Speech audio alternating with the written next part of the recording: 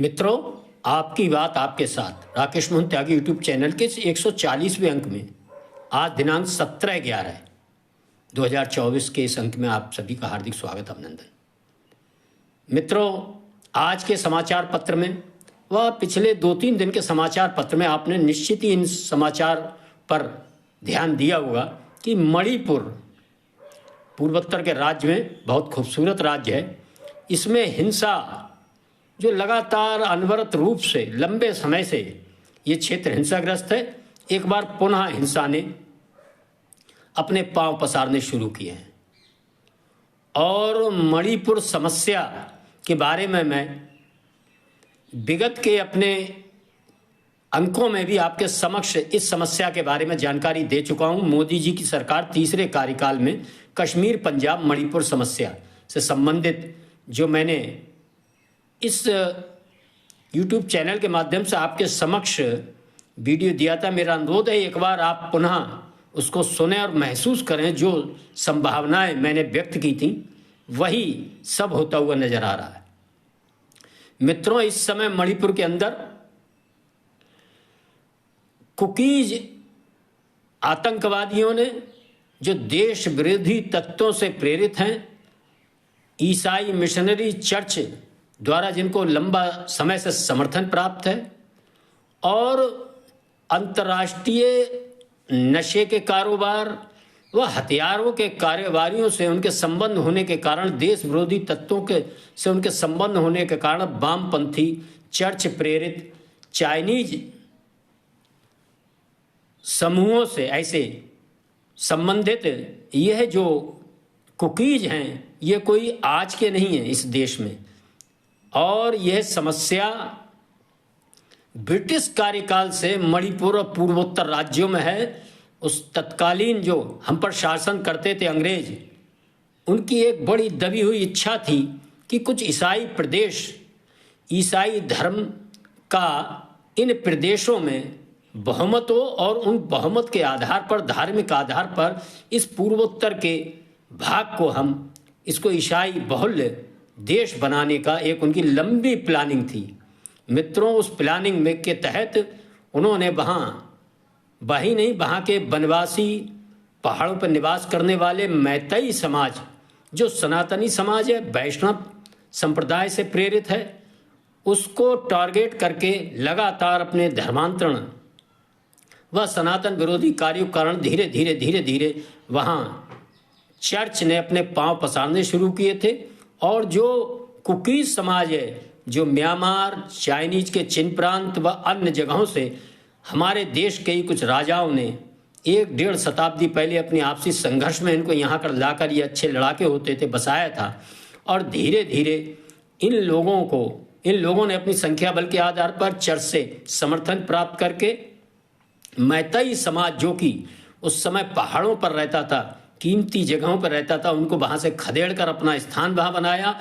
और जो देश आज़ाद होने के बाद पूज्य बाबा साहब अम्बेडकर द्वारा जो गरीब, दलित, शोषित, वनवासी, गिरवासी लोगों को SC और ST का आरक्षण का लाभ जो मैतेई समाज के, सनातनी समाज को मिलता था, वह बंद करके, आप जाने उस समय की तत्कालीन कांग्रेस की सरकारों ने कुकीज समाज के लोगों को देने का काम किया और मैतेई समाज को अनाथ छोड़ दिया। उन पर लगातार लंबे समय से अत्याचार हो रहे थे। उन्हीं अत्याचारों के क्रम में आप सब देख रहे हैं जो समाचार हैं, इनमें किस प्रकार आप जाने कि मिलिट्री और CRPF के कैंपों पर वह हमला कर रहे हैं, रॉकेट लॉन्चरों से हमला कर रहे हैं, थानों पर हमला करते हैं, पुलिस चौकियां लूट लेते हैं, हथियार लूट लेते हैं। इससे हम सबको समझ में आना चाहिए कि मणिपुर समस्या कितनी गंभीर समस्या। मणिपुरी नहीं, इसके साथ मिजोरम, नागालैंड जैसे विभिन्न प्रदेशों में जो भारत के उत्तर पूर्वी राज्य में स्थित माने जाते हैं, इनमें किस प्रकार चर्च, ईसाई मिशनरियों ने, वामपंथी जिहादी गैंगों ने किस प्रकार इनकी जनसंख्या में उलट पलट करके इस क्षेत्र को एक अशांत क्षेत्र के रूप में बड़े लंबे समय से रखा है। लेकिन मित्रों, देश के आम सनातनी समाज, राष्ट्रीय समाज ने इन समस्याओं के मूल में न ध्यान देकर यह जो हम सबकी एक उदासीनता थी इन क्षेत्रों के प्रति, और वह हम सबको समझ में आना चाहिए। लेकिन मैं लगातार आप सबसे कहता हूं कि जब भी इस देश का राजनैतिक इतिहास लिखा जाएगा तो निश्चित ही इसे 2 कालखंडों में हम सबको देखना पड़ेगा, और हमें देखना भी चाहिए। 2047 से एक कालखंड शुरू हुआ था और वह कालखंड 2014 तक चला था। उसमें अच्छी सरकारें भी आईं, लेकिन वह उनका कार्यकाल बहुत कम था, उनको समर्थन जनता का कम था, कुछ जानकारियां कम थी जनता को। इस कारण वह जिस हिसाब से अपनी रणनीति एक लंबे समय को आधार बनाकर लागू करना चाहते थे वो नहीं कर पाए। और इसके बाद आप देखेंगे 2014 के बाद मित्रों किस प्रकार इस देश में राष्ट्रीय हित को समर्पित, सनातनी समाज संस्कारों को समर्पित सरकार ने जो कार्य किया, गरीब हित को समर्पित सरकार ने जो कार्य किया, अपने निजी हितों से ऊपर हटकर केवल राष्ट्रीय हित, सनातन हित, गरीब हित को लेकर, लक्ष्य को लेकर जो सरकार चल रही है, उसके परिणाम अब हमको इन 10 वर्षों में नजर आने लगे हैं। इन्हीं परिणामों के फलस्वरूप मणिपुर के अंदर वर्तमान सरकार ने राष्ट्रीय हितों को आग्रह के साथ लागू करने का काम किया और वहाँ के राष्ट्रीय मैतेई समाज को संरक्षण देने का काम किया।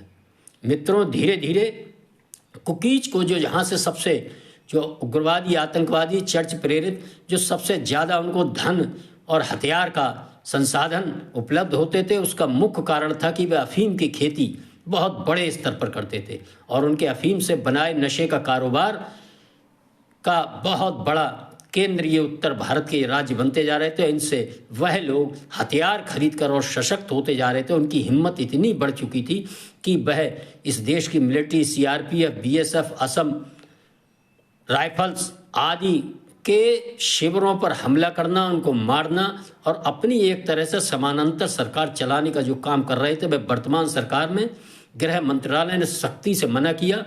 और मना ही नहीं किया, उनके सारे अफीम के खेत उजाड़ना शुरू किए, उनको पकड़ना शुरू। जब सख्ती की तो उसका परिणाम यह आया कि वहाँ सीधा सीधा संघर्ष शुरू हुआ और जो मैतेई समाज लंबे समय से वहाँ कुचला जा रहा था, दबाया जा रहा था, सताया जा रहा था, उस पर हथियार भी नहीं थे, संसाधन भी नहीं थे, अब वह मैतेई समाज भी अपने स्वाभिमान के साथ सरकार के साथ कंधे से कंधा भिड़ाकर राष्ट्रीय हितों को, सनातन हितों को संरक्षण करने उठ खड़ा हुआ है और ये संघर्ष चल रहा है।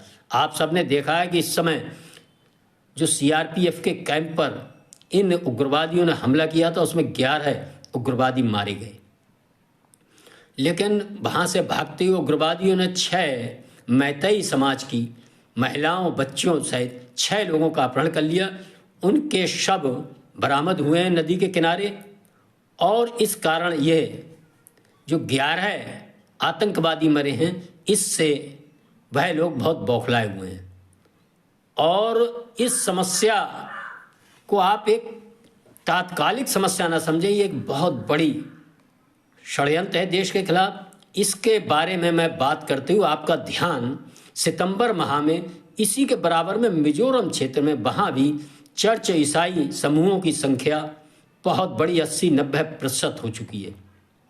उसके मुख्यमंत्री हैं जिनका नाम लालडू होमा है। उन्होंने अमेरिका में जाकर अपने मिजो समर्थकों के बीच, समूह के बीच इस क्षेत्र में एक प्रभु ईसा को समर्पित, अपने लोगों को समर्पित एक देश के चर्चा करने का काम खुले में किया। उनका वीडियो इस अक्टूबर में वायरल हो रहा है। इनके मंसूबों को समझे एक निर्वाचित प्रदेश का मुख्यमंत्री विदेश में जाकर एक ईसाई राष्ट्र की इस क्षेत्र में वकालत करता नजर आ रहा है। मित्रों, अगर ये हम ध्यान देंगे, हम लोगों की, सनातन समाज की, राष्ट्रीय समाज की स्मृति शक्ति बहुत कमजोर है। अभी कुछ दिन पहले अगस्त माह में जो तख्ता पलट बांग्लादेश में हुआ था, उस तख्ता पलट से पूर्व भी वहाँ की प्रधानमंत्री शेख हसीना ने भी यही कहा था कि एक गोरा व्यक्ति हमारे देश में आकर ये चाह रहा था कि हमको एक मिलिट्री बेस दिया जाए और बांग्लादेश, भारत के पूर्वोत्तर राज्य, म्यांमार का कुछ क्षेत्र काट छांट कर जहाँ ईसाई बहुमत के लोग हैं, एक ईसाई राष्ट्र बनाने में सहयोग दें। ये उन्होंने आशंका जाहिर की थी। और उनकी आशंका बिल्कुल सही हुई। उन्होंने उन दोनों मांगों को ठुकरा दिया। उसका परिणाम ये हुआ कि आज उनका तख्ता पलट होकर किस प्रकार बांग्लादेश की जो घटनाक्रम हुआ है उस बारे में मैं ज़्यादा ना दोहराकर आप सबने देखा है, सुना है, समझा है अपने सोशल मीडिया के माध्यम से कैसे विभस्त दरअसल सनातनी समाज के खिलाफ वहाँ किए गए थे, वह हम सब ने देखे हैं। वह घटनाक्रम दोहराने का यहाँ मैं कोई तात्पर्य नहीं समझता, आप सब उससे परिचित हैं। लेकिन आज वहाँ की शेख हसीना एक शरणार्थी के रूप में भारतवर्ष में है, लेकिन अब उसी आशंका को जो शेख हसीना प्रधानमंत्री बांग्लादेश की ने दोहराई थी, वही मिजोरम का एक मुख्यमंत्री लालडू हेमा अमेरिका के अंदर जाकर यह आशंका दोहरा नहीं रहा, वह इच्छा जाहिर कर रहा है कि एक इस क्षेत्र में एक ईसाई राष्ट्र का बनना अति आवश्यक है। ये सीधे सीधे भारत की एकता अखंडता को चुनौती है। निश्चित ही वर्तमान सरकार इनसे निपटेगी और निपट रही है, लेकिन हम सब जरा महसूस करें कि लंबे समय तक देश की आज़ादी के बाद आखिर हम में से कितने लोगों को पता था कि पूर्वोत्तर राज्य में चर्च और मिशनरी से प्रेरित कैसे हमारे भोले भाले सनातनी वनवासी गिरवासी लोगों का धर्मांतरण करके उनका क्रूरतापूर्वक नरसंहार करके